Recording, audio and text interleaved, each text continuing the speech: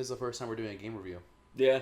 It's the very first time. Like, strictly speaking like this, like, we've talked about other games before, and talked about, like, things that we like, things that we don't, but it's always been in the context of, We've like... talked about everything at length. Well, that's kind of our whole thing. Is like, right. Well, I think what we've done more is, like, compare and contrast versus actually do, like, a...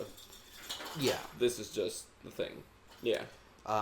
So I think I'd like to set this up a bit before we get going, since this is going to be like an official review thing. So first of all, welcome back. We're a person who can do a thing.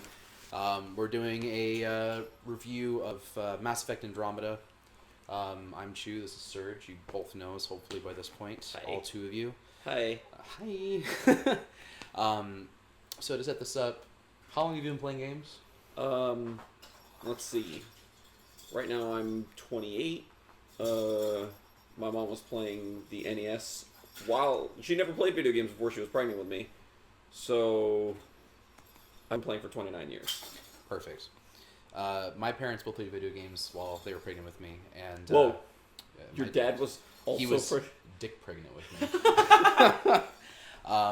And I've been playing video games officially since I could hold a controller at the age of 2.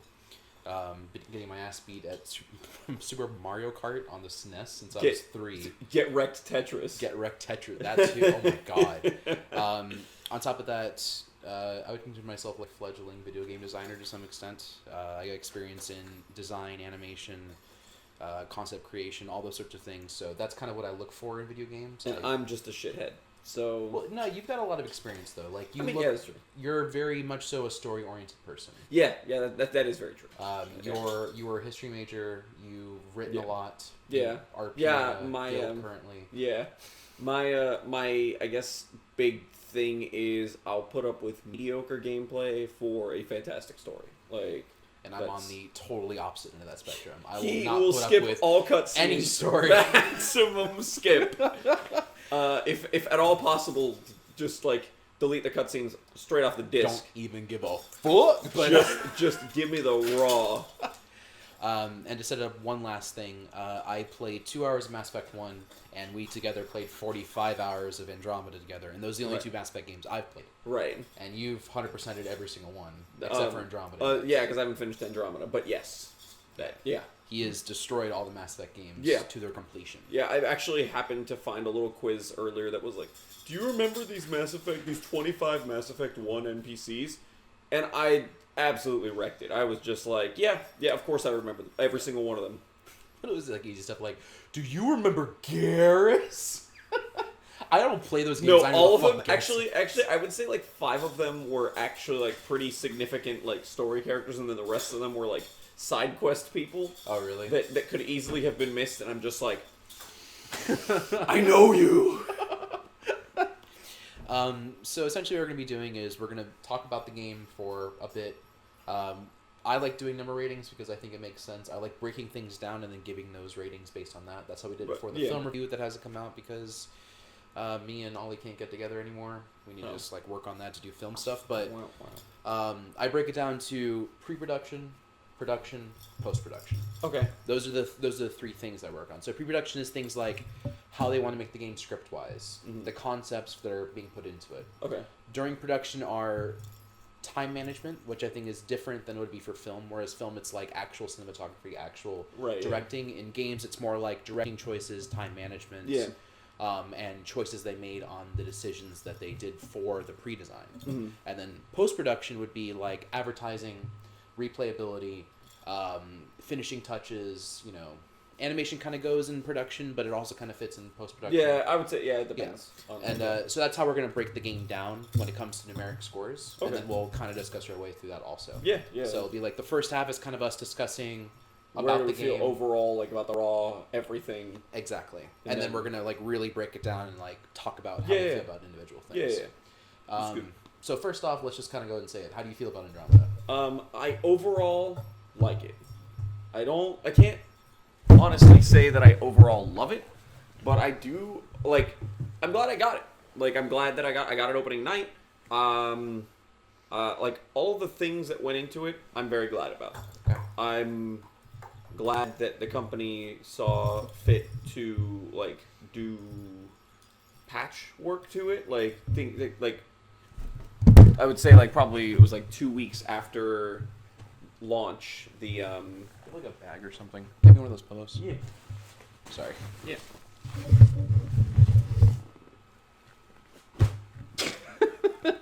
All right, go ahead. So, well, it was like I think it was like 2 weeks after launch. BioWare put out a patch that fixed everyone's goofy faces, which was like one of the big things that was an issue with the game. That like at launch, people were like, "Oh my god, the faces!" And I actually don't have a problem with that, but only because I think it looks so goddamn funny. Every time someone's face is wrong, I think it's the funniest shit. Like Molly was playing and her character has a very weird thing where like her chin is real pronounced. Right, yeah. So it just comes out like there are scenes where she's supposed to be mad and being like have like a scowl and then she's just like I am the writer. And all of that to me is very funny. Like yes, it can take out from the story and the narrative. That's what I was gonna say. It's like there are very serious moments in the game. Like, we played the fuck out of the game. We played 45 hours almost straight. Yeah. Like, with almost no interruptions except sleep. Sleeping and eating, that was really the... Yeah. And we even ate while we were playing the fucking thing. Yeah, so that's true. Yeah. And there are very serious moments, and it is hard not to notice when Ryder is... I am the writer. And all the people kind of look like this everyone is the game of Asperger's. Like, no one can look each other in the eyes. They can't focus on each other. It's... No, Ryder, you shouldn't do that. Yeah. But I want you adventure. It's like, it's definitely like, you know, the facial things do take you out of it, but it's not enough to necessarily it doesn't break shit on the game for. Right, yeah.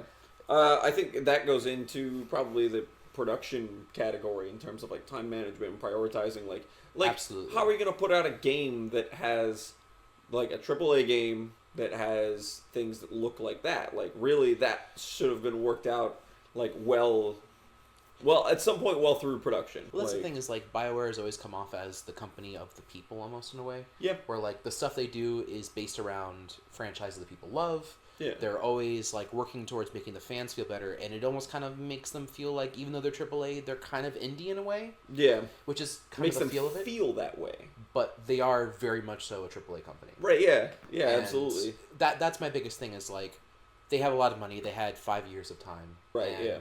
I feel like they really shat the bed in some regards when it came to I think, yeah, I would agree with you in the respect of they should have managed their time better. Not that they necessarily, like, pissed it away, but there's things that show that, like, this could have been done a little better if you guys had tried a little harder. Like, if someone had been cracking the whip and saying, we need to focus this, and we need to get everything looking 100%, like, we need to kill everyone at like in sales right out the gate. Mm-hmm. Then I think that like they in that respect they could take a page out of like the Call of Duty Battlefield type thing, in the sense that all those games always like they always look the way they're supposed to. Mm-hmm. Like you can argue about like gameplay and all that stuff as much as you want, but every single one of those goddamn games looks exactly the way. Yeah. Well.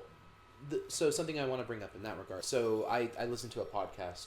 I don't think it's still going, unfortunately. It was really interesting.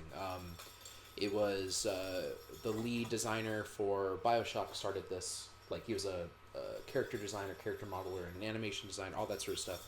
And he started a podcast with his friends in the industry. And he brought people in and talked about a lot of things. And one of the things they talked about very heavily was the crunch time aspect of it. Yeah. Where you'll have, a whole bunch of time and then the last, essentially like 2 months of the game there is no sleeping. You're working 120 hours a week. Yeah. And you're not getting paid overtime, and you're doing it. That's, right. Crunch time.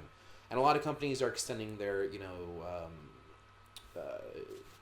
development schedule to try and prevent that because it's not really something you want. And if you have something like Activision does where they're huge teams and they know what they want and they can reuse assets, then like a year time frame, they don't have crunch time. It's like, here's the game. Yeah. It's pretty much done for us. We're changing slight things and messing with mechanics here and there. But a very good case could be made for the fact that could have been done within the Andromeda. Like they knew that all the alien races were supposed to look the same as they did in like previous games. So like it's not like they couldn't reuse those assets. You know, very good point. You know, and that's like I totally respect the production cycle aspect of it. Like that is so like it's so easy to be dismissive and say, oh, well, the game should be whatever. it's like, well, all right, but people they have to work on that. Like they have to put in real time. It's not like you know, another really funny, and I'm just regurgitating this, but like one of the funniest quotes I heard about game design, it's like it's not like they put stuff in a pot and stir it and then come back 6 months like, is it almost done? It's like, no, people are working on that the whole time. It's right. It is a whole process of things that are going on. Right, and I have so much respect and love for the fact that like the companies take time to do this, and like the people that like the creative people that go into that with like really wild ideas and come back with some very cool stuff. Oh, absolutely. Like, I think a lot of the like races that come out of Mass Effect have very interesting aspects to them. You know, like, like the Asari are all biotic, and they're all female, but they can reproduce with any species because like that's their biology. That's cool as hell. And then like Turians have like slightly metallic skin because the planet they're from has like no real like radiation protection to speak from, so they evolved that way. Like all those design aspects are very cool, and someone thought of that and like made it happen. I do have a problem with Bioware in one aspect though, is that I mean, it's not really a problem. It is a problem for me, personally speaking, as like I love. It's a critique that you would have. They do a lot of that through telling, not showing, in the design of the creatures. Yeah. So, the Asari, right? Not Ansari, it's Asari. Well, there's the Asari from the Mass Effect series, and there's Aziz Ansari. Excuse me. Which is who you're thinking of. It's like little Aziz right up here. I'm making some me time. Anyway, so the Asari, the aspect behind them, like, I think they're interestingly designed, but they are also very humanoid. They have breasts. They have various things. There's no, showing of the design of the alien itself that would show how they reproduce or show why they would reproduce that way or how those things go about it. I guess I can see something where it's like they're beautiful to humanoids, so therefore other humanoids want to reproduce with them even though they're not similar races, so they can do that. Yeah. But past that, there is no showing of that. Yeah. You see what I'm saying? Like, those are some of the things where it's like they could have pushed the design farther, but they definitely wanted to make races that were sexually attractive to humans who are playing the Mass Effect games. Yeah, that's fair. That being said, I still hate the designs of the whatever Jaal is. Oh, the Angara? I hate their designs. I hate it. I think, well, okay, see, what's really funny about that to me is that, like, the meme about alien designs that I guess floats the Mass Effect community is, oh, well, we never see what they look like under their clothes, because some of them are different. Like, no one has any idea what the fuck a Turian looks like under their armor, because there's never like a shirtless Turian thing, because they're always in armor. Yeah. And the Solarians, you know, it's kind of like the same deal. You know, I guess you could argue that you see most of an Asari boob. Well, you see full-on Asari breasts in Andromeda. In Andromeda, right? But up until Mass Effect, like, 3, like, in the production of this, you know, they were like, oh, so we don't see, you know, like, you see most of Liara nude. Mm-hmm. And it's not quite the whole thing, you know, there's, like, specific head placement and, like, arm placement that's, like, exactly to censor it. So then fast forward to Andromeda, and the first new alien species that you can interact with in a significant way, like, in a, like being friends with. Yeah. They make it a point to show Jaal shirtless, and then make it a point to show how weird that looks. The design of the Angari makes no sense. It makes no sense. It makes absolutely no sense. I mean, I guess it's because they have that, like, bioelectric deal going on with them, but I also don't feel that's utilized to a, like, So, first of all, they've got human butts. They have goat legs.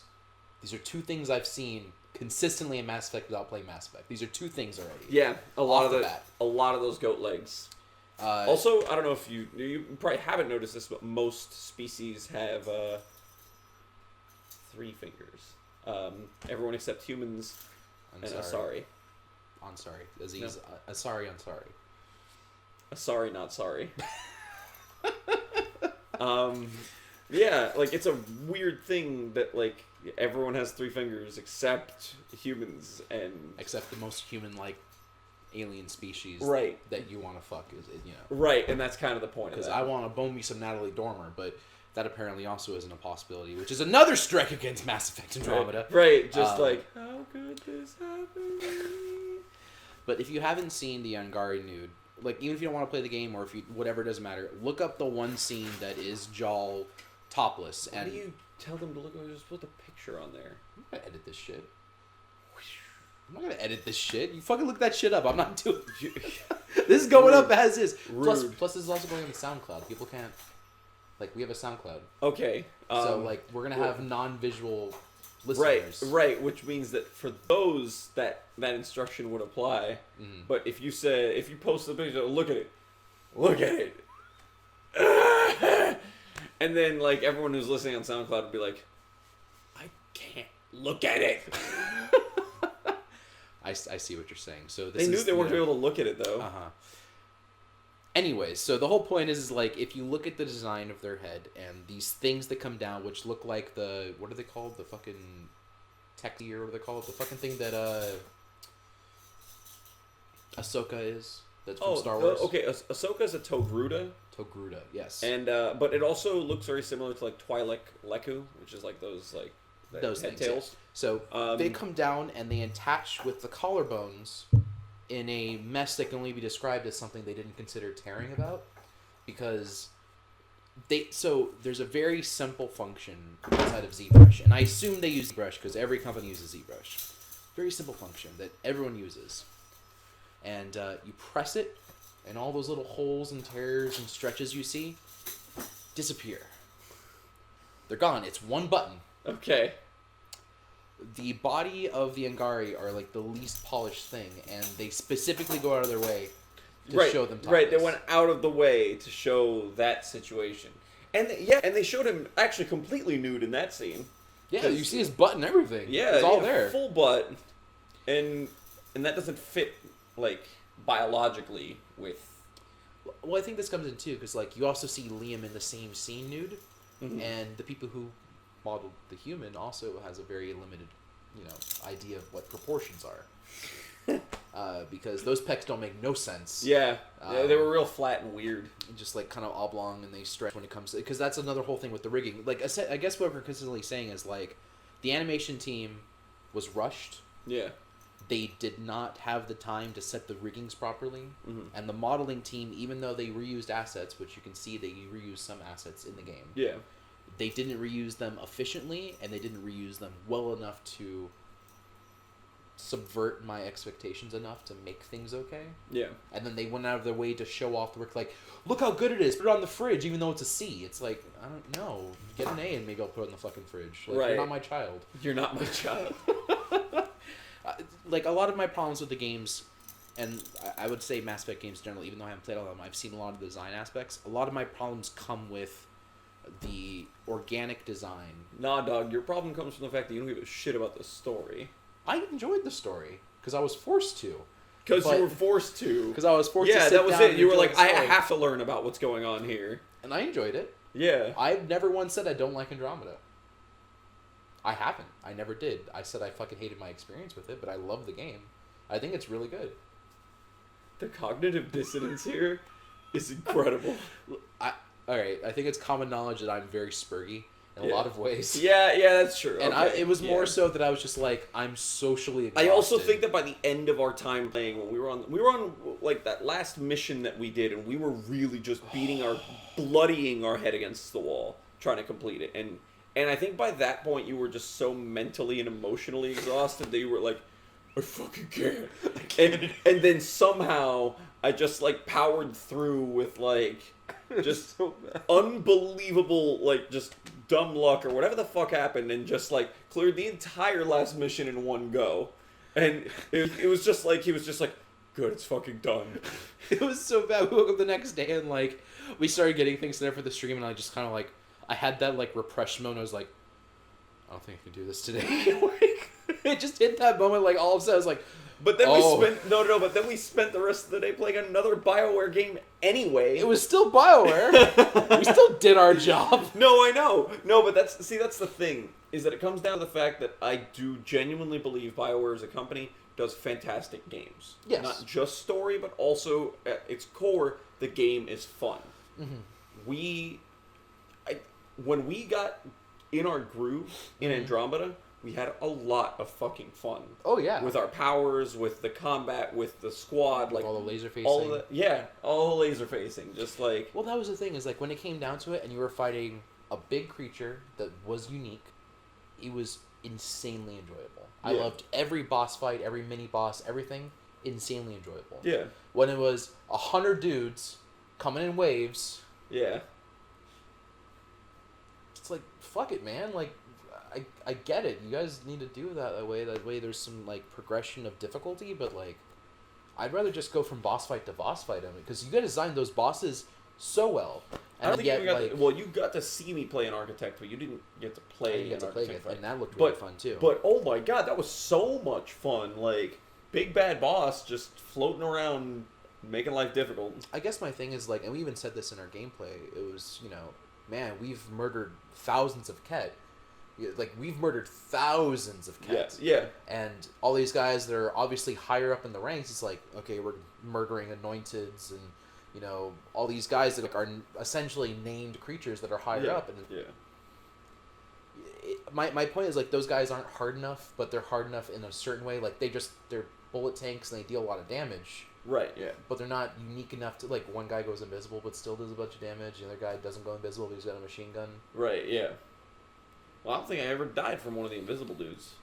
No, we did. We both died to the invisible dudes. Not that they snuck up on us, that they just didn't die because we were on hardcore mode and they pressed one button and we died because we were on hardcore mode. But it was just that those creatures weren't unique enough, and then they kind of, like, spent their budget on the bosses, which were insanely entertaining. Yeah. Insanely entertaining. I loved every single boss fight. That's inherently problematic well, and also, it wasn't just the boss fights themselves, but also all the narratives surrounding them. Absolutely. Were all very fun. Oh yeah, no. They were very, like, you felt the build up, you felt the climax, except for that one the first Destructor we felt where we were just like, oh, there's another room here. No, but that was for a bonus that thing, was totally bonus. Right, but we had a lot of fun with that, too. That was so much, and, like, that was definitely a moment where it was like we were beating our heads, but enjoyably so. Like, there was a pillow on the wall. Like, right, yeah. It was very fun. I enjoyed it a lot. But when you're beating your head against, like, the same 100 dudes, and there's no save points, or even a checkpoint. Oh my god, checkpoint usage, or I guess dispersion throughout the game. Yeah. An ability to manual save.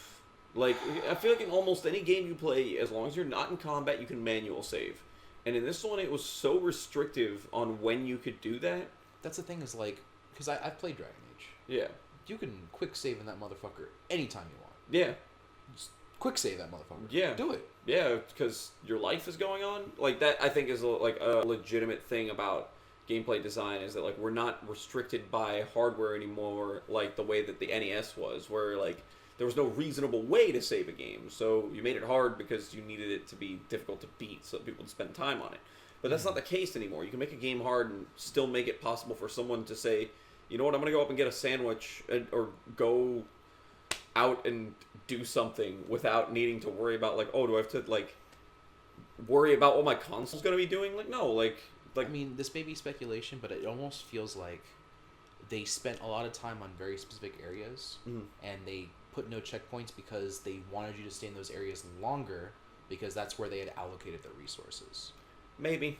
Like, that's sort of what it feels like in a way, and I don't mean that in a way where it's like, bad job BioWare. I understand it. They're a game developer. They have to do those things. Right, yeah, they're trying to showcase the spot, because if you just breeze through, it's like, oh yeah, look at that landscape. I mean, like, the thing is, like, I don't, because those spots weren't even, like, visually interesting, and the fights weren't even fun. It was more so that, like, they need to feel like they're putting 120 hours in this game, because that's what Mass Effect is known for. It's a game where you put in triple-digit numbers and you get a lot of enjoyment out of it, and...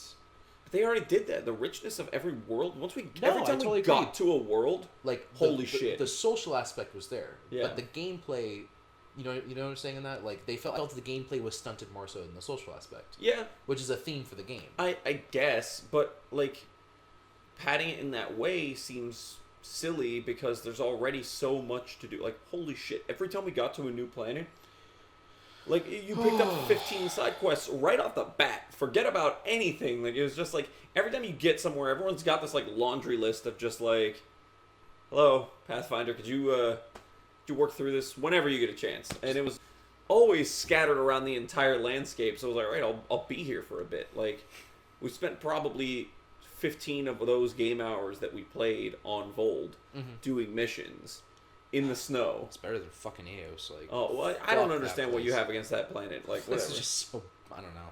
It was because the Ket base is on it. There was a Ket base on Vold. Yeah, but that one was fun. There were turrets and shit. You fought the fucking prefect. That was a fun ass fight. But they had one at the end of the Eos base too. Yeah, but that was already after we'd done the Vold one. So now it's replayed content. Right. And don't get me wrong, fight's fun just the second time. I still love it. And we beat that guy up harder because we were more leveled. It makes sense. But yeah, it's the second Ket base. It's harder because there's more dudes and we're still on hardcore. Maybe that was our fault for playing on hardcore, but like, at the same time, like, fuck, man. Well, but that doesn't change the mechanical aspect of the saving. Like how many times, like, especially on Vold, that was our first Ket base and the first time we were really going through stuff, that we got driven back, like, 30 minutes worth of content because we wiped because of something silly. And I don't think that's good design. No, I think that's absolutely a misstep in what they were doing. Right. And that doesn't make sense to me. Like, again, it goes back to the, like, if there are no enemies, you should be able to manual save. Like, that's, like, if you're not in combat. That was the thing. It was like, okay, it even specifically says, like, okay, you're out of combat, and you're kind of just waiting around for the next area, and you're doing certain things, picking up your loot, and you press, and it's like, oh, save is still grayed out. Right. And if I die on the first thing that kills me right now, I go back before this whole thing that took me 20 minutes to clear this fucking area. Yeah, you start at the foot of the base again. Oh my god. I mean, it's frustrating, but... Or that time you died in a cutscene. That was so really bad. Though? Like, that, and it was like, I knew after that we'd get a save. And then we were back 20 fucking minutes. We went back. No, we didn't. Didn't we? No, when you died in that cutscene on Vold, it actually, like, you pressed continue, and it took us past the conversation. Oh, that's right. We missed a cutscene. We missed the whole cutscene. We had no idea what the fuck happened. But it was really just a thank you for doing this thing. Oh, yeah, you're welcome. We're available for you anytime. If speedrunners want any tips, die during cutscenes, and apparently you skip cutscenes. So speedrunners, you're right there, right? MLG Pro. Oh man, I don't know. I had an enjoyable experience with the game to an extent. I thought it was fun. I saw the missteps, and I think it's important to critique. Well, I think that your problem is you had very, very serious issue with the missteps. Like, if there was an issue, you were very critical of it, and that's fair. That's like, I think that's totally fine. Well, that's the thing, is like, you hear about, Mass Effect is touted as this world building, design building, every alien is so unique and all these things, and they have all these very particular cultural and spiritual aspects to them, and you see it written out, but it doesn't portray itself in that fashion. And that's like why... I think it's funny that you mentioned that, because I specifically remember the first time I played through each Mass Effect, I would get through a certain point in the game and then spend the next maybe 2 to 3 hours of my real world time going through the codex and going through all of the information that was like off screen, not given through the narrative. Very fantastic world building, very cool information, very interesting shit, but also that's not showing, that's telling, and I can see how you would have an issue with that. That's exactly my point. It comes down to that, where like, as someone, granted, if I truly am into the game to an extent that is obscene, like I am with, like, I've read everything for Diablo 3. I love that game. Yeah. I really will take the time out of my day and, like, I'll sit down and, like, okay, this is interesting. I'll read this and listen to this. Mass Effect isn't necessarily that game for me, and as someone, they have to understand that there are going to be people like me who just want to play the game and get what I get out of just the cutscenes. Yeah. And it isn't representative in there based on that. That's my point.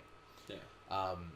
And I think, once again, BioWare is a AAA company. Right, at this point, that line excuses kind of run thin. It's they're not, first of all, they're not pushing the fabric as much as they thought they were anymore, because they've done it a couple hundred times. Right, yeah. Granted, that being said, I think that they've done a fantastic job of what's known as a soft reboot. Yeah. Like, I think that it is very hard to do in a lot of aspects to reboot something that was essentially kind of finishing itself. Yeah. If you know what I mean? Yeah, like because of the nature of everything, and this is actually a big part of them distancing themselves from the controversy surrounding the Mass Effect 3 ending. But just as much as anything else, it's still a very cool and interesting story that happens outside of the established storyline and canon, and is still part of that. And that's, I know what you mean, where that's difficult to do in an effective way. Very, very hard to maintain with an your established fan base. IP. Yeah, exactly. Because you can do something very slight and piss off your entire fan base, and then the game is touted as something. It's like, why make another one? Because you already fucked up this one. This isn't what I love. This isn't my thing anymore. You've killed my child. Like, right. You know. Right. But it seems like they've done a very effective job. Every Mass Effect fan that I've talked to has very much so enjoyed this game. Yeah. They've liked it. It's been a very positive response. The people that don't like it are people like me who aren't necessarily Mass Effect fans who... Right.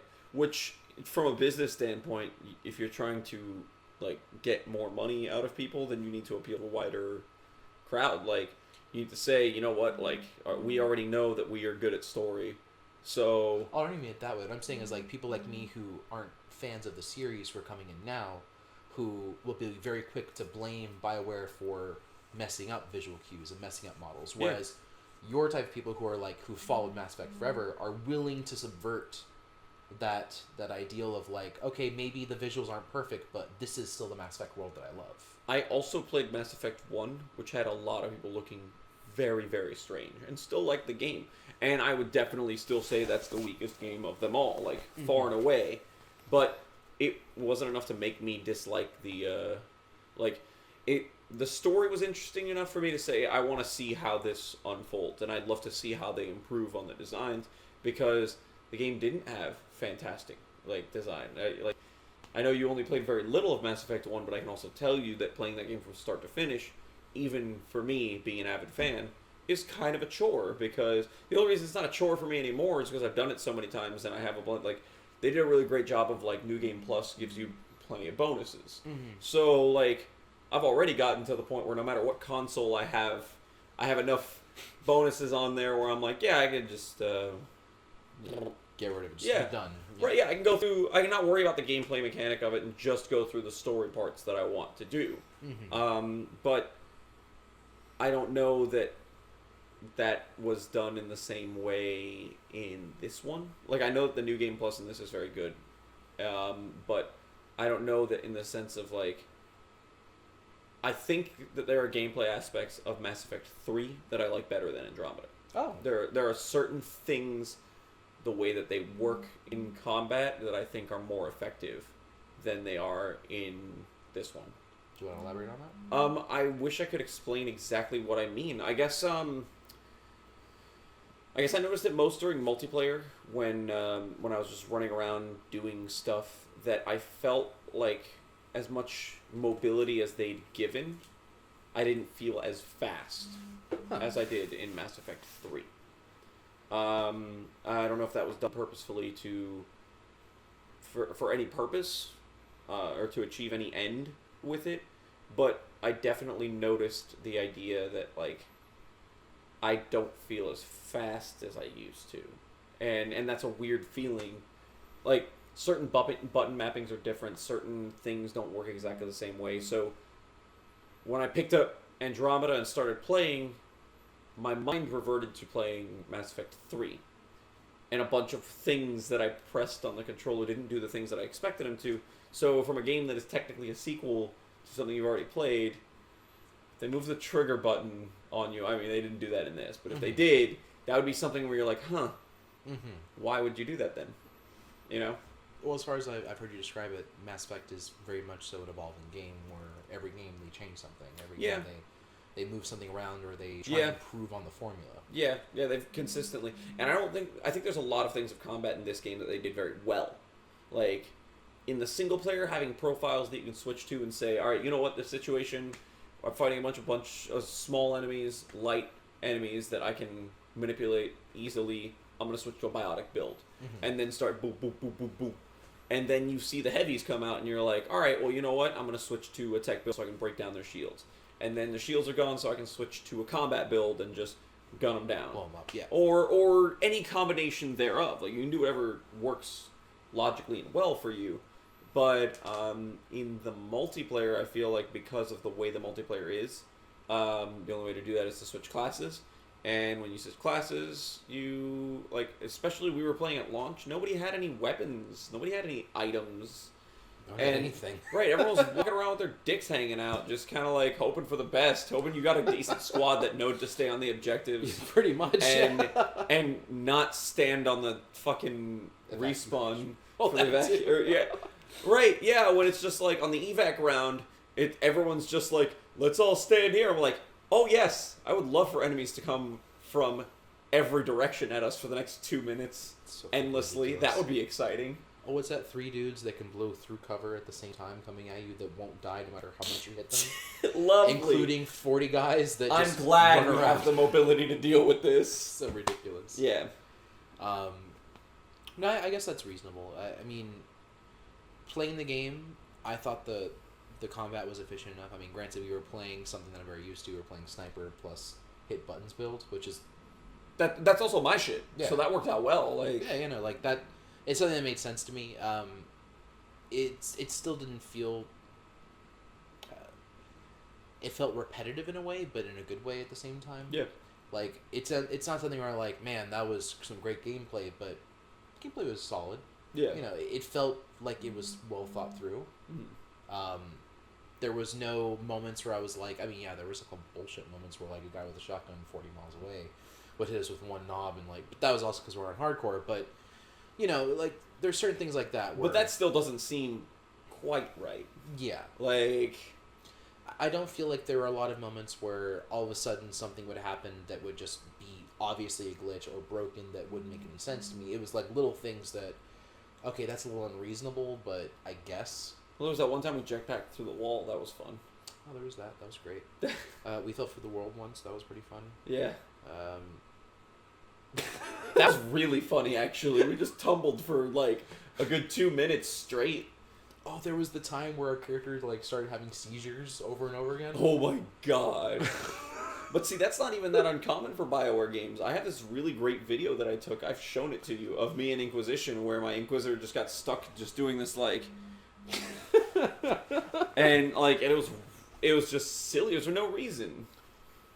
I mean, like, we were able to, like, decipher why it had happened to us, like, using the Asari blade while also getting bitten at the exact time while moving or something like that caused... Right. Right. Did this. Like he was doing a jig. Yeah. And it didn't matter what we were doing, he just kept on doing evil while jumping. It was great. Right. But... Right. It was funny. Like, to me, I understand the nature of games where at this point games are becoming so big that trying to debug on that massive scale, something's going to get missed. In a technically open world game... I feel like that's BioWare's fault, though. They're building past their means now. Now they're creating something where they can't... If they can't QA, like, all of the game because they're running out of time, make a smaller game. Yeah. Polish it more. Yeah.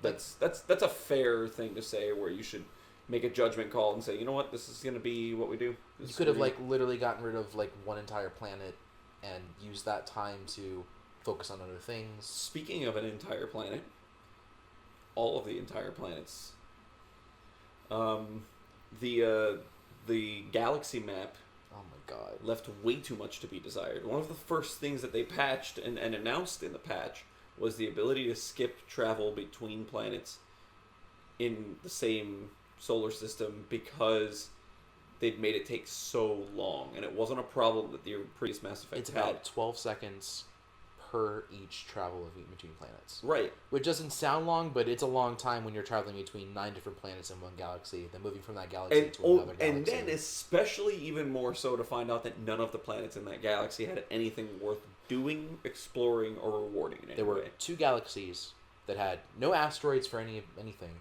and then every single planet had literally nothing. Nothing. Right. So for me to spend 5 entire minutes of gameplay actually doing nothing is frustrating. Like, and there were empty galaxies in previous Mass Effects. You would go and there'd be like nothing. But did you take 5 minutes to explore? No, it took 2 minutes, not even, on the galaxy map where you just went boop and it went whoop, and you're like, there's nothing there. Boop, boop, nothing there. Boop, boop, nothing there. Like, all right, bye.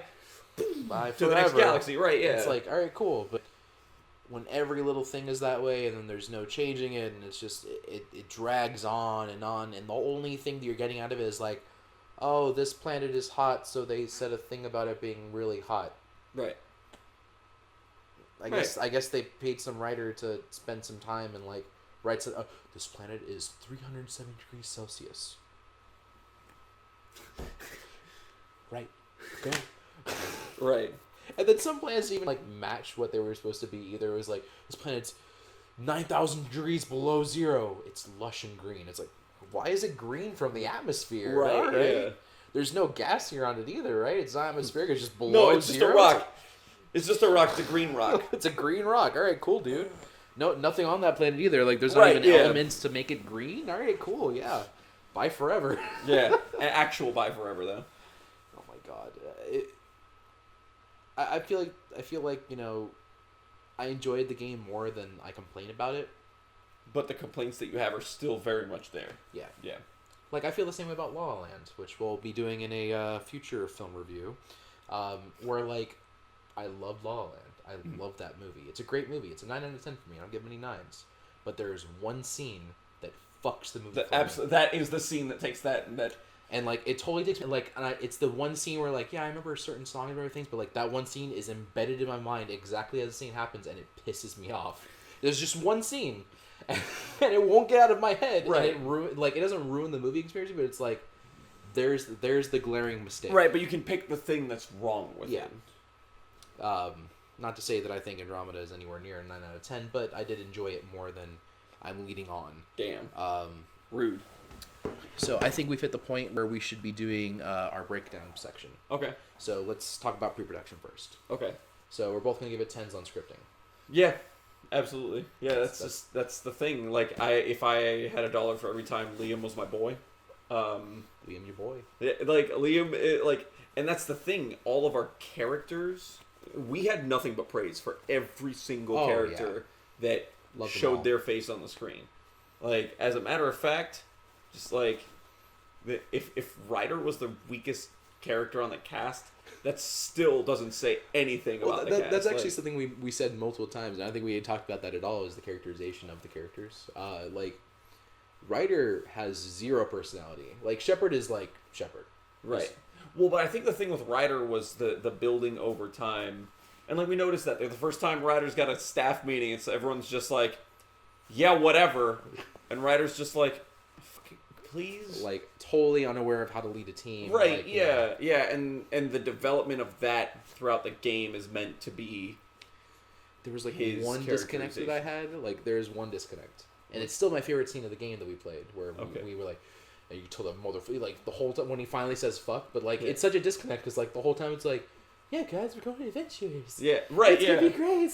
Yeah. And you tell that motherfucker. And you tell that soul bitch. And it's like, oh, Ryder is trying to have a personality suddenly. Someone embedded the fucking AI with, like, another chip full of personality in there. It's like, cool. Because, like, Ryder really is, like, that's the thing, is that Ryder is technically supposed to be a silent protagonist. That's the difference. Like, Shepard has a personality, Shepard. right? He's his own person. And Shepard is also supposed to either be Paragon or Renegade and express himself or herself in that way. Mm-hmm. You're essentially just guiding the character. Whereas right. Andromeda, Ryder is a piece of clay, and even with all the choices that you have, you're still kind of just building a narrative in your head without the character actually expressing any personality or character. Yeah.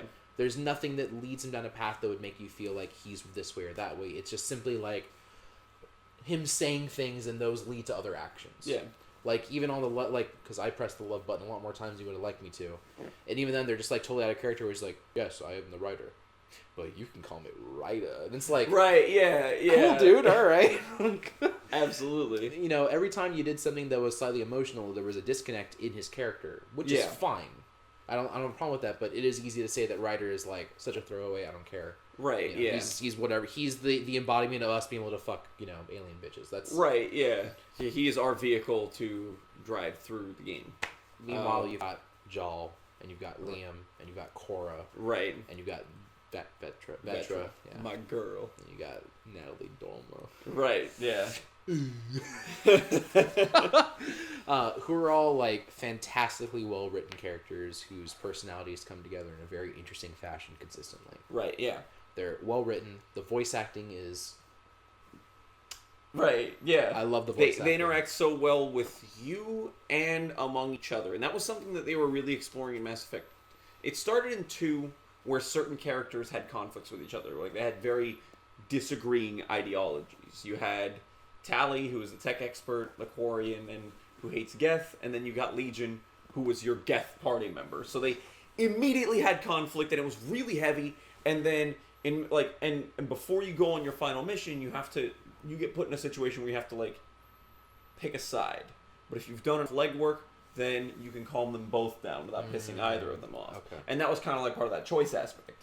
But then in Mass Effect 3, you had more genuine conversations among the squad mates, where they weren't just interacting with you as you were on a mission, where each one of them would say, "Oh wow, that's the thing that happened." Sure was a mission. Right, yeah. Where instead you had a lot of them like on the Normandy. Sometimes you'd get aboard the ship and they wouldn't be where you thought they normally were. They'd be somewhere else talking to someone else. Like sometimes you'd have Garrus talking to, Tali, saying like, "Oh, like how's everything going?" Like, it's really crazy. Like, how I've said that I'm not a story person. Mm-hmm. If the game was literally just on the Tempest the whole time, never going anywhere, no fighting, nothing, and just over time they would just talk with each other and interacted and did that kind of stuff, I would have played that game. I would have loved it. I'm serious. I loved the characters so much, and I didn't need the gameplay. Like, for me, in a sense, like, I didn't enjoy the gameplay to a certain extent because it was just a means to an end to get the characters to talk more. Yeah. That's all I wanted. I wanted Which my is really characters funny to talk because more. I did Liam's loyalty mission after you left. I did it like the next day. Mm-hmm. Liam's loyalty mission is a perfect example of how well character interactions can go, to me. Because in that mission, they are constantly discarding the villain. Like, they're not even really paying attention to him. It's way more about Liam, I guess, reflecting on his own choices since he's gotten to Andromeda and kind of like being able to be open with Ryder about them, and Ryder as his boss, essentially responding to them however he or she deems fit. And I think the best part of that is the fact that like the villain is literally like trying to talk to the, like, he's like, "I won't be," and then like they're turning him off on the comms. And the guy's just like, he's like, "Well, pop back on," and be like, "I won't be ignored," and then Ryder's like, "We're having a discussion." And it's so perfect because the villain is meant to be forgettable, that the villain becomes unforgettable. But it's very good, yeah. Right, and that's I think one of the best parts of the game is, seeing your like the character stories come to a head and seeing like how they develop in this world based on the choices you've made. I actually feel, and I know this is silly, but I actually feel like you might enjoy playing that game if we did it again, if we put it on story mode. Story mode is like baby difficulty. Oh, really? But the only reason I think you would enjoy that best is because it would take you so quickly between, like, if you just did that and just did the story stuff and said, "You know what, I'm not going to really do the 800 side quests that appear on a map." Like, I mean, there's a level where I can't get, but like, it's definitely a game that I would not be able to go at again at the same level. Right, yeah. Because, like, even as much as I enjoyed the story, it got to the point where I was like, all right, there's 5 options for everything, and like, we're talking to the guy 15 times, and this is happening. Yeah. We spent the last literally 8 hours just talking to people, and like, I need a break. Yeah, that happened. As soon as we got to the Nexus, we spent the next 2 hours not actually doing anything. When we hit the Archon, that was 2 straight hours of us talking to people and not playing a single minute of action. You couldn't pepper in a single ambush to break things up. And it was fine. Like, I legitimately enjoyed talking to the characters, but I also didn't care about anyone that wasn't on the ship as much. Yeah. That's what I'm saying. Like, if we just spent... If there was a game that's a Mass Effect game where all it is just, like, not literally a meet and fuck game, but like I wouldn't even say like a dating sim, just like a Mass Effect is a dating sim. It is kind of a dating sim, but just a game where like you interact with people on there and it's well voice acted and you're just on the Tempest the whole time and stuff happens that you don't necessarily have to interact with. Like you're just a freighter and you're not the Pathfinder and you're on your mission also with Andromeda to do things, but no interaction with Archon, no interaction with the Ket, not worrying about that, just in your own little world doing stuff. Yeah. I would have loved it. I may have mentioned them to you briefly, but Mass Effect 2 and 3 each had something called a Genesis comic. Okay. That was I'm not going to say it was a DLC, but it was a download that you could do. Mm-hmm. They did it because when they first came out with Mass Effect 2 on the PS1, or sorry, not PS1, on the PS3. Oh, is this if you hadn't played the previous games? Right. Well, the thing is, obviously, the purpose of those games was carrying over story and carrying over choices. Mm.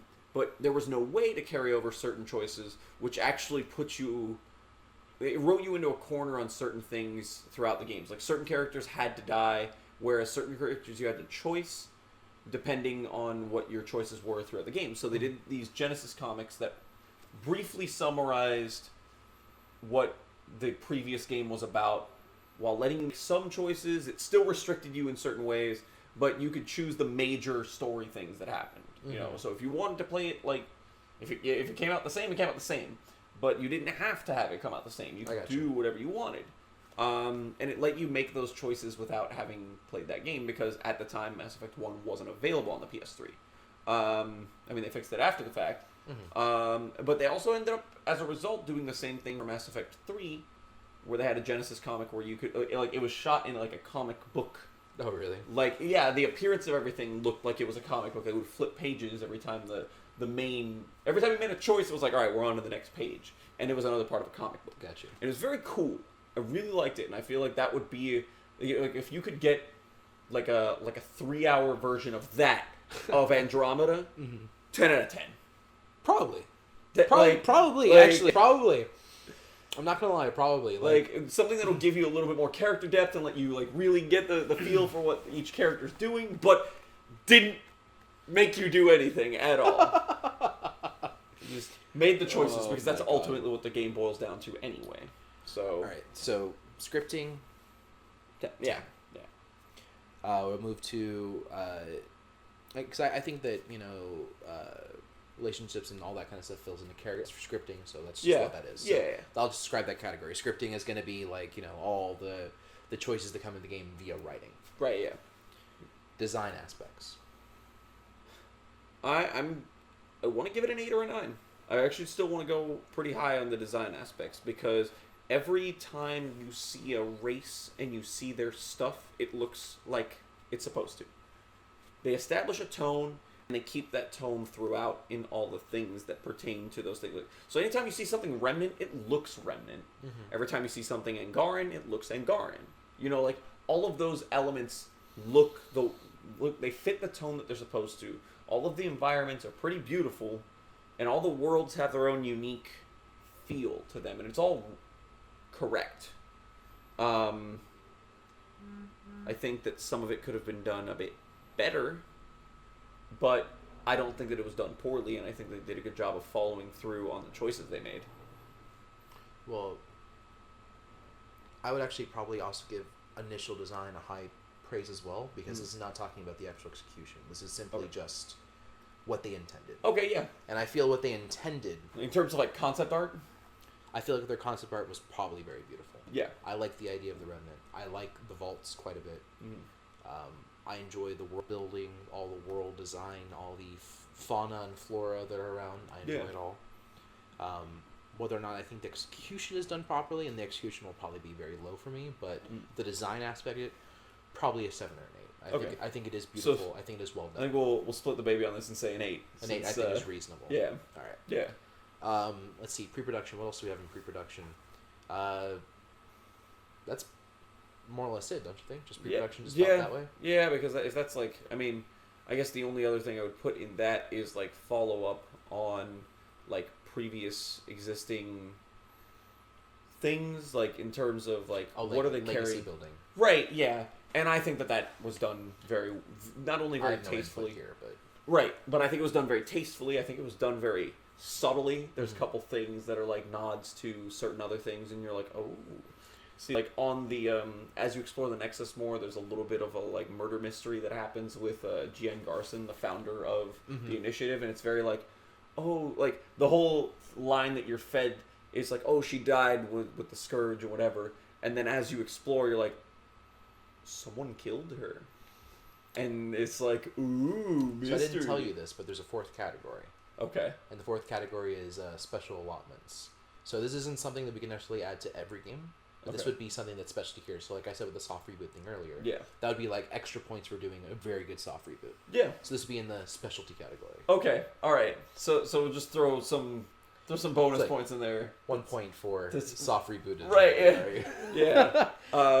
No, with that, we can move on to production. All right, so actual production itself. So this still comes down to voice acting, music, actual modeling, animations, rigging. Those can all be tied together for just animation. Okay. So we have world building, voice acting, music, animation. That's a rough bunch because I can tell you there's a lot of conflicting things there. I'm going to tell you music and voice acting are done very well. Animations and modeling are where I'm gonna have something to say, you know, and I'm sure you do too. So I guess. But I would put. See, I don't think I'll include environment different aspect because I don't think you can do that for every game. Maybe should we include setting as something different? Would you think that's something different, even though it still counts as modeling and animation? Well, I think those are all together, and I would almost put like extra allotment because I do enjoy the environments quite a bit. Yeah. I mean, I would say that's very much part of the technical aspect of it, like the modeling. But I mean, yeah, I think that's part of it. I think that, like if you want to give a honorable mention to something that's definitely what I was saying. Like, that would definitely be like an honorable mention where I do very much so enjoy, you know, the actual environments that they're in. I think that some of them are very pretty. I think there are other ones that are very lazy. I think that, you know, like, I think Vold is very lazy. I think that's very... It's an ice planet. Everything's gonna be ice. Like, that... Like, I don't think it's lazy. I think it feels that way because that's how it's always gonna look. Like you get a lot of diversity on Havarl because Havarl has jungle. So, you know, jungle... Well, I mean, like, I almost think that Eos is pretty lazy, too. It's a sand planet.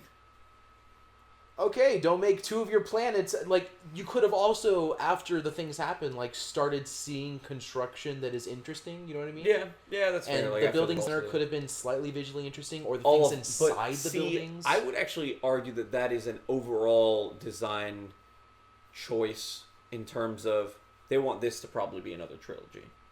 So they want all the things that happen here. So, like, you know, you do all the vaults and stuff. If you get a planet to be 100% viability and you do all that stuff, then the game's gonna be like, yeah, like, that planet is beautiful now. And then, like, if you didn't do that and you get Andromeda 2 or whatever they're gonna and then you get there and it's like, yeah, it's fucked because the Pathfinder didn't help us. Like, you know, that could be part of that. I guess so. I mean, I guess we can talk about time management again, which will be the next category they're going to discuss, but it comes down to the little things. So there is 0 fauna on Eos and Vold. Yeah. There is 0 hints of fauna in either of those things. Yeah, there's those weird crab things that are in the one mission on Eos. Yeah. In a small cave, the only cave on the entirety of Eos. Yeah. Yeah. Like, I mean, I think it's a fair statement to say, like, you know, those planets feel lazy. They could have taken a little bit of extra effort on certain things. Like, I think the starting point for Vold is very interesting. The very first thing where you walk into the big hangar and there's blocks everywhere. Visually interesting. Nothing else about that planet is visually interesting. Even the Ket base is very visually boring. Yeah. And you're walking around a bunch of snow. And they could have done, like, maybe it's not just a snow planet. There could have been, like, some rock formations that are interesting. Or, you know, maybe there's Aurora Borealis during... Like, I'm sorry, were you just trying to make a case for interesting rocks? Yeah, there are very interesting rocks. Habitat 7 has interesting rocks. No, they're floating rocks. That are interesting. They have lightning and crystals. They're very cool. I'm sorry. I'm gonna have to say here, You are interesting rocks, man. You want your rocks to be interesting. If the planet is just rocks, yeah, I want some rocks that look different. It's just like easily distracted by crystals. Like, what an interesting rock! Like, I think this is all very reasonable. I mean, like, this comes back to showing, not telling, not showing. Show me this planet has something in it. Like, I can go to the fucking thing and say, like, oh, this planet at some point was rich in copper and rich in this, and it has this. Where's the fucking copper? Where's the fucking rocks that have copper? Where's any form of chrysalis that has... Do you want to play Mass Effect Excavator? Like, yes! Fucking go mining on all planets? Like... If you're gonna say it, put it in the fucking game. That's my point. You know they did in Mass Effect 2. You could scan planets for resources. 2 whole fucking games ago? Then you could scan planets for resources, but what ended up happening is you spent 15 hours of your gameplay on the galaxy maps fucking shooting probes at planets from space. I'm not even saying, like, do it that, but I'm just saying, like, if the planet itself, because Vol did say stuff about, like, certain resources being rich. So did EOS. Yeah. That's because that was what you could mine for, so you're telling me that we have to separate gameplay from story building? A game about combining gameplay and story building? No, what I'm saying is that didn't happen the way you wanted it to, and that's why you're pissed. No, I'm upset because a company all about, and I'm going to say this again, design. That's their whole shtick. Because they're not masterminds of gameplay. I can show you 1,000 other games that are more fun to play. No, that's fair. I'll give you that. They're masterminds of one thing, and that's design. And they failed on the design of adding... This comes back to showing, not telling. It's just that. It's simply that. They could have made things visually interesting, and they chose not to. Out of time constraints, I wouldn't call it laziness, because laziness would imply that they did not intend to do it in the first place. Right, yeah. But they could have, I don't know, modeled, even just as simple as, like, just that. We're like, okay, there's an overhang and it's a slight cave. And inside that cave, there's a bunch of ice that is formed to create a very interesting cave pattern where it has light refraction, so they can show off the Frostbite engine more. Yeah. On EOS, there is an area that has jutting rocks and a giant chasm. Yeah, because if everyone's faces are going to look real shiny, you may as well make the environment do the same. Like, that's the thing. It's like, that's my point. It's not even so much like, oh, I wish they put rocks there. So I'd give this whole category a 6 then, based on all that. I was going to give it a 5. After saying that you'd give honorable mention to... Which is a separate category. Okay. That's my reasoning. Okay. We can have different scores. Fair. No. That's like, I wasn't going to obviously go much higher than you. Because if we're putting all that stuff in the same category, there are a lot of things there that, like, in there that they did very well. It's just also dragged down by a lot of things that they did very poorly. Yes. Or did carelessly or without, or under time constraints or whatever. Yes. With the mouse. Yeah. Where's the final? Yeah. I guess now we can go ahead and give our 3s to time management. Yeah. That's a reasonable score. Yeah. Our 3s, yeah. Yeah, because after 5 years, I understand it's 5 years, but it's 3 studios, and all of them, if they're all working straight after Mass Effect 3, or even if it was only 4 years... Even if you were generous and said 4 years after they completely stopped supporting Mass Effect 3, then that still should give you enough time to make sure that people don't look like...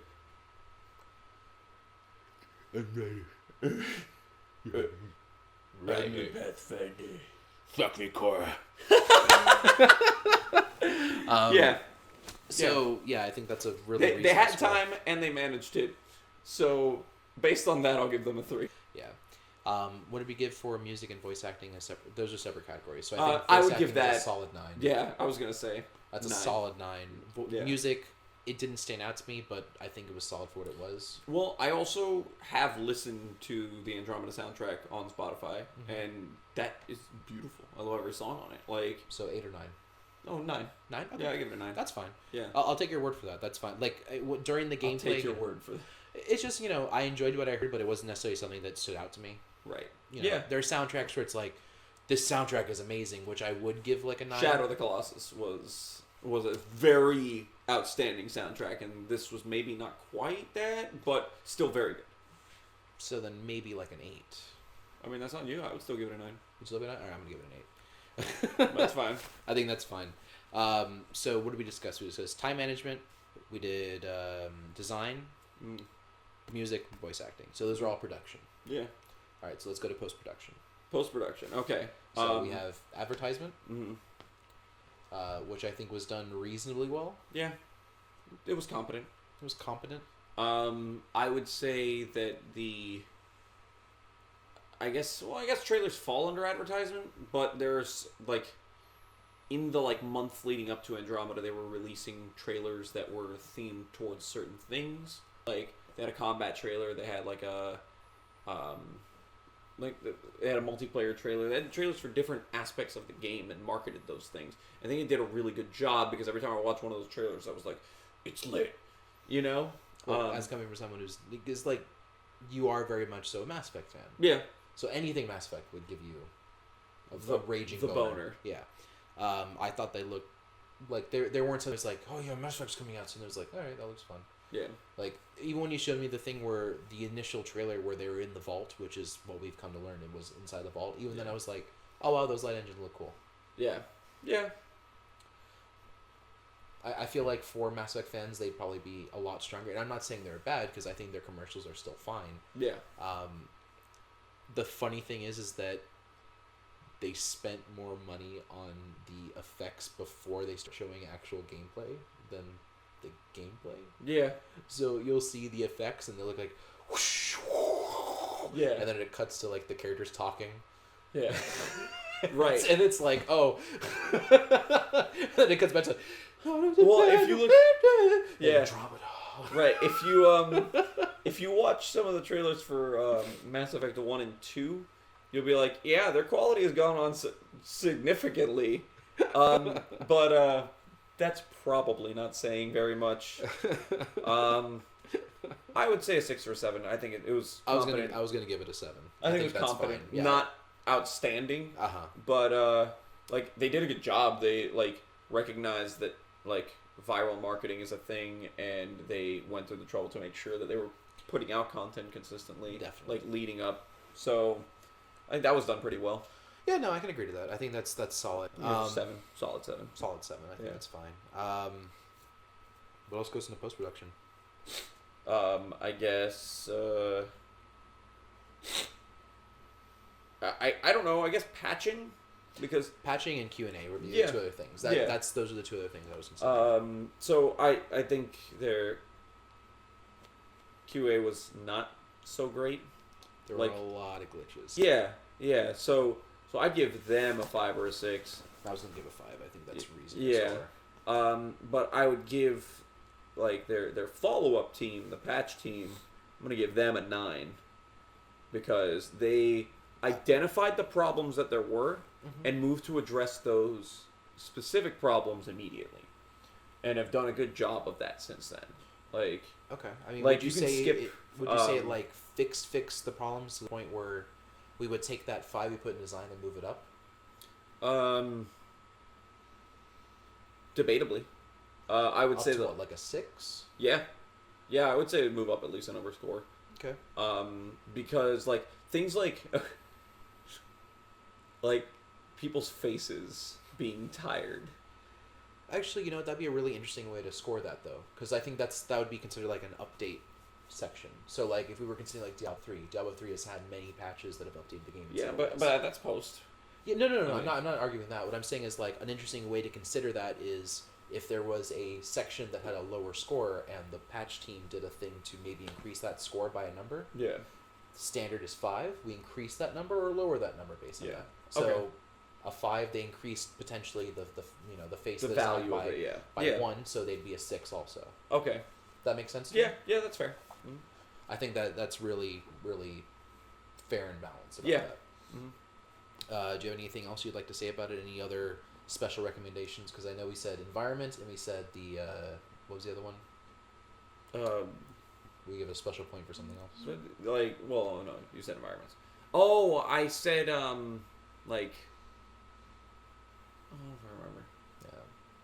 I guess the only other thing that I would add to that further is say that because I loved the characters so much, that it made the game that much more. Like, I actually wish there was more content with my team, because the content with the team is done so well that like I think we can both having a limited number of conversations with them that only trigger after certain like quest flags have been cleared is like, wow, like I want to talk to you all day, you know. So let's put that under the category of Tempest time. That definitely adds time. All right, so let's go back and review our scores. So story 10. Yeah. Whatever else was in pre-production. Design, the initial design, the concept we gave a 9. Yeah. All right. So during production, we have design, which we gave a 5. I was gonna say I think that the average score of production is probably like a 6. Yeah, that's about an average. Let's say the initial average of the first one is a 9.5, so about a 9. Right. We'll round down. 9, 6, and then post production was about a 7. Right. Yeah. Average all that out, you get probably 7.5, 8. Yeah, and that's about where I'd put it. Yeah. That's about my solid score. I'd say like a 7.5. Yeah. It's enough that definitely. I mean, I'm always gonna be a Mass Effect fan. BioWare, you've got a sucker. I'm gonna buy every fucking Mass Effect product you put out.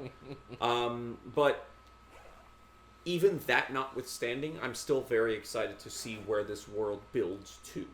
Like, what comes from this, not only from a story aspect, but even from a mechanical aspect. Say, like, all right, these are the things that they know they got wrong, and they have been very good about addressing those things. So how is that going to reflect in the next game? Is the next game going to have such good gameplay that someone like you would be interested in really getting involved in that? Is that something that they're building towards? Is that going to be the next thing that comes out? You know? So with that in mind, I'm very pleased with the product. I guess I'm just as optimistic for the future of it as I was when I picked it up, and that's probably a good sign. Well, I would say anything 7 or above is definitely worth the price that you paid for it. Yeah.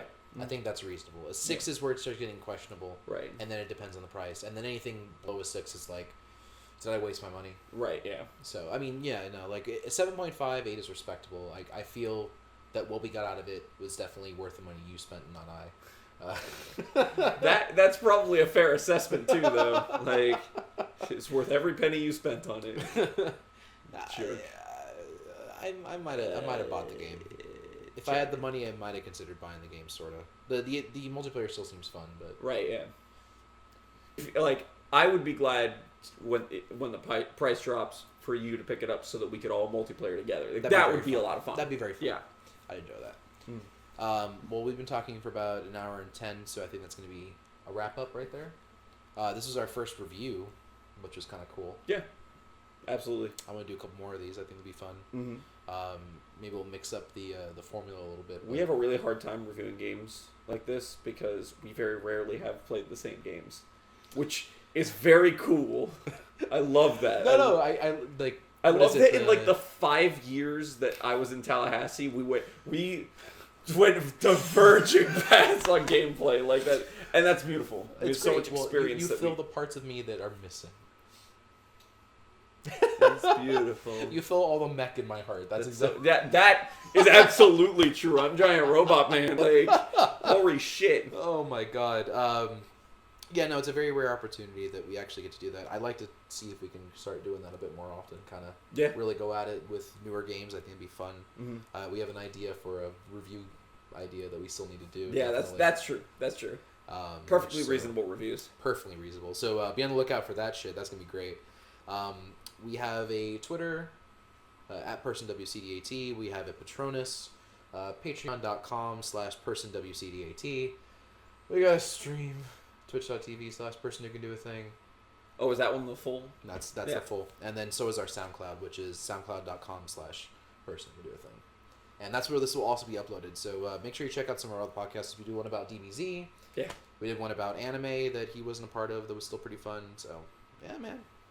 Join us out. Give us money. We love you guys. Thank you. Bye forever. Arigatou gozaimasu. Arigatou gozaimasu.